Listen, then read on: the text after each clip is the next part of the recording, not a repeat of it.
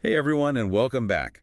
Today we're going to be doing a deep dive into something pretty unique. Yeah, it's definitely out there. It's called the Cosmino realm. Interesting name. And basically, think of it as this kind of like umbrella term for, Like a big category. yeah, exactly, for the cultural heritage of the Cosmino spirit. Okay, so we've got the Cosmino realm and the Cosmino spirit. I'm intrigued. Yeah, so you know how we always talk about finding these hidden cultural things in different towns and cities? Right, those undercurrents. Yeah, it's like that. And our main source for today is this document called Eingefügter Text. And what does this document tell us? Well, it goes into all this crazy detail about the clothing of the Cosmino realm. Oh, so we're talking fashion, but it's more than just clothes, right? Exactly. And that's what makes it so fascinating. Like, what are they trying to say with what they wear? Yeah, it's like a whole language. We're basically going to decode how the clothes communicate meaning. I'm in. Let's Yeah. crack this code. But before we get all tangled up in threads, Okay. can you give us a little background on this whole Cosmino spirit thing? Oh, yeah, so it seems to be centered in Chicago.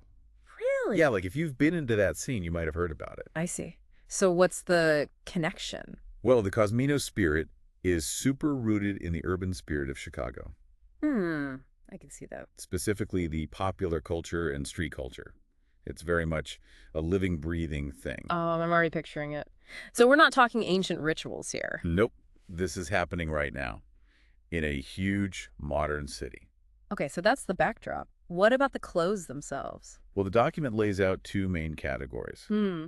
lax and straight, and tuck and H. Wait, those are the actual names? Uh-huh. Straight from the document. Okay, I'm definitely getting a visual. Lax and straight and tech and age. Very descriptive. And those are both what's considered common attire. Common attire. So these aren't just for special occasions or anything. It seems like it's more woven into their everyday lives. Interesting. So what does that tell us about the Cosmino realm? I think it says a lot about how they express themselves. It's not putting on a costume. Right. It's more like this is who they are, day in, day out. Exactly. Okay, you ready to break down some outfits? Let's do it. Hit me with lax straight. What's the look? Well, for the lax part, you're going to see like a relaxed fit work shirt, Classic. or maybe like a casual camp shirt. Comfort and movement. Makes sense. Yeah. And for the straight part, it's all about straight-legged work pants. Ah, okay. So like a more traditional silhouette. Yeah. Could even be skate fit pants or linen chinos, something like that, So there's room to play within the category. for sure. And for shoes, usually loafers or slip-on sneakers. Okay, I'm starting to get a sense of this. Practical, comfortable, urban. Right. Like they took classic workwear and made it modern and street-inspired. Totally. And remember, this is all about the urban spirit, being able to adapt Right. Like you said, you've got to be able to move through this. with ease and confidence. Okay, but wait, there's more, right? It's not just about the clothes themselves. You got it.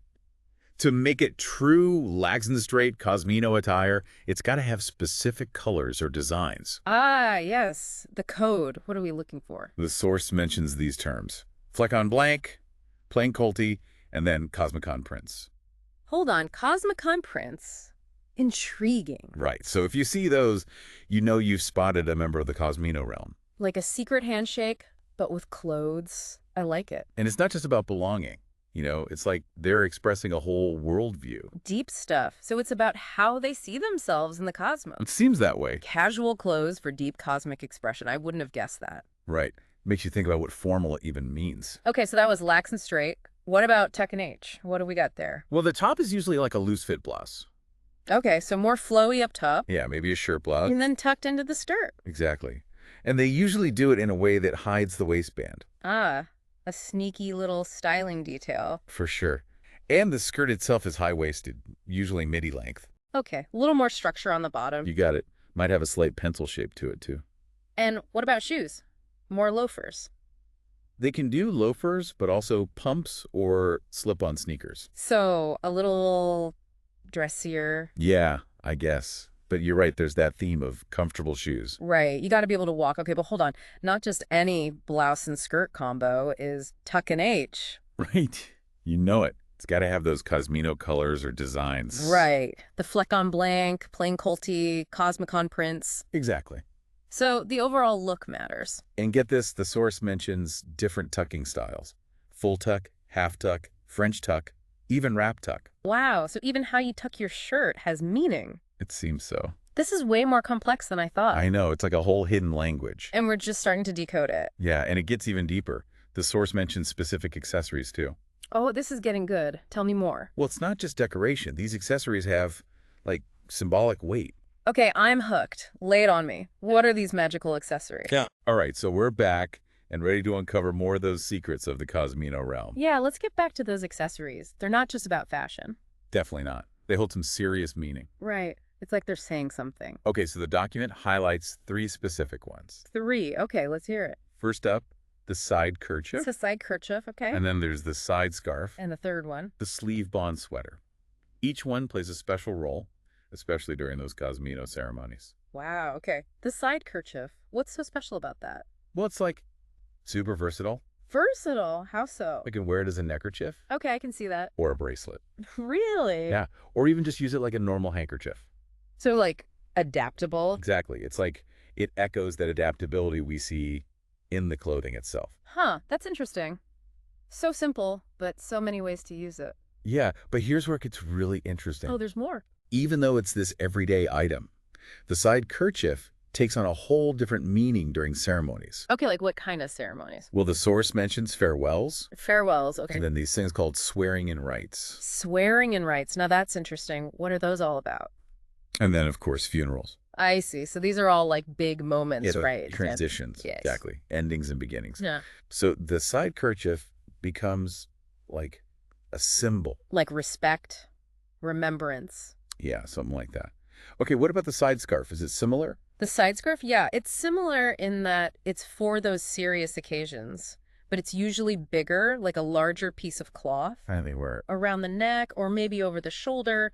But yeah, same kind of vibe.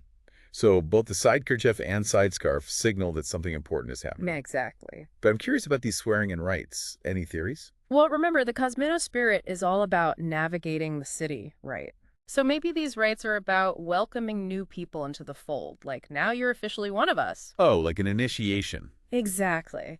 And it suggests a level of organization, right? Yeah, you're right. It's not just random people dressing alike. It's a group with rituals and traditions. So the side kerchief and side scarf are like visually marking these events. They're like, okay, everyone, this is serious business. Exactly. Okay, let's tackle that last accessory. The sleeve bond sweater. All right, the sleeve bond sweater. Tell me about it. Okay, so picture this. A sweater or pullover, but instead of wearing it normally, Wait, they don't actually wear it. they drape it, like over their shoulders or around their neck. So it's more like decoration. Yeah, but not just any decoration. Right, there's always a deeper meaning. Exactly. And the name itself kind of suggests something, don't you think? Sleeve bond sweater. Maybe a connection to that lax and straight style. You got it. The source mentions it being paired with lax and straight, Makes sense. or even with what they call a casual suit. A casual suit. Now that's something I'd like to see. Right, okay, so it's symbolic, but also, practically speaking, draping a sweater seems kind of, well, inconvenient. Yeah, especially in a busy city. It's a good point. Like, wouldn't it get in the way? Maybe it's more about making a statement. Right. Like a visual reminder of who they are, no matter what. Even if it's a little impractical, it's worth it. So it's like with the side kerchief and side scarf. Yeah, elevating the everyday. It's like they're saying, this is important to us. This is who we are. Exactly. And it shows that culture is always changing and adapting, finding new ways to express itself. It's like we're getting a glimpse into a whole other world. I know. When we started talking about this, I'll admit I was skeptical. Oh, yeah. Yeah, like, this is even real. But the more we've been going through this document, The more it's making sense. I think there's something really profound happening here. Yeah. It makes you think differently about where culture comes from. It's like, we think we know everything. And then, bam, there's this whole hidden world right under our noses. Exactly. Okay, so our source, Eingefügter text, focuses on clothes. Right, that's the main thing. But there are these little hints about other aspects of their culture. Like what? Well, those swearing in rites, for example. Oh, yeah. What do those tell us? Well, we don't know much, but the fact they have these ceremonies It says something. with specific clothes, specific accessories. It's like they value ritual, They- symbolism, Maybe they're connecting to something bigger than themselves. finding meaning in the city. It makes me wonder what their music is like, or what kind of language they use. Oh, yeah. Do they have their own slang? Their own way of talking? We've cracked the clothing code, but it's just one part of their world. There's so much more to explore. And that's what we're going to do. But first, a quick message from our sponsors. We'll be right back with more Cosmino Realm. Don't go anywhere. We'll be diving into some listener questions and maybe even some theories about how this Cosmino spirit might be spreading. We're back, and you guys had some awesome questions. Yeah, seriously, some great insights. Like, it's clear you're really digging into this whole Cosmino realm thing. It's so cool to see people engaging with this stuff. Okay, so this first one is from Sarah. All right, Sarah, what's your question? She asks, if this culture is all about expressing meaning through clothes, like what happens if someone breaks the code? Ooh, good question. Like, are there consequences? Are there consequences? Yeah, exactly. Well, our source doesn't say anything about specific punishments. Right, like it doesn't lay out any rules. But we can think about it in terms of, like, social dynamics. Yeah. Like even in regular fashion, there are unwritten rules. Oh, totally. Like, you wouldn't wear a swimsuit to a wedding. Exactly. Yeah. Or a tuxedo to the beach. Right. So there are these kind of unspoken expectations. And if you break those expectations, people might look at you funny. Yeah, or they might not invite you to certain events. So within the Cosmino realm, maybe it's Or similar. like, if someone keeps ignoring those established norms, they might not be as accepted. It's not necessarily punishment, but more like belonging. Right. It's about being part of the group. But I wonder, what if someone breaks the code on purpose?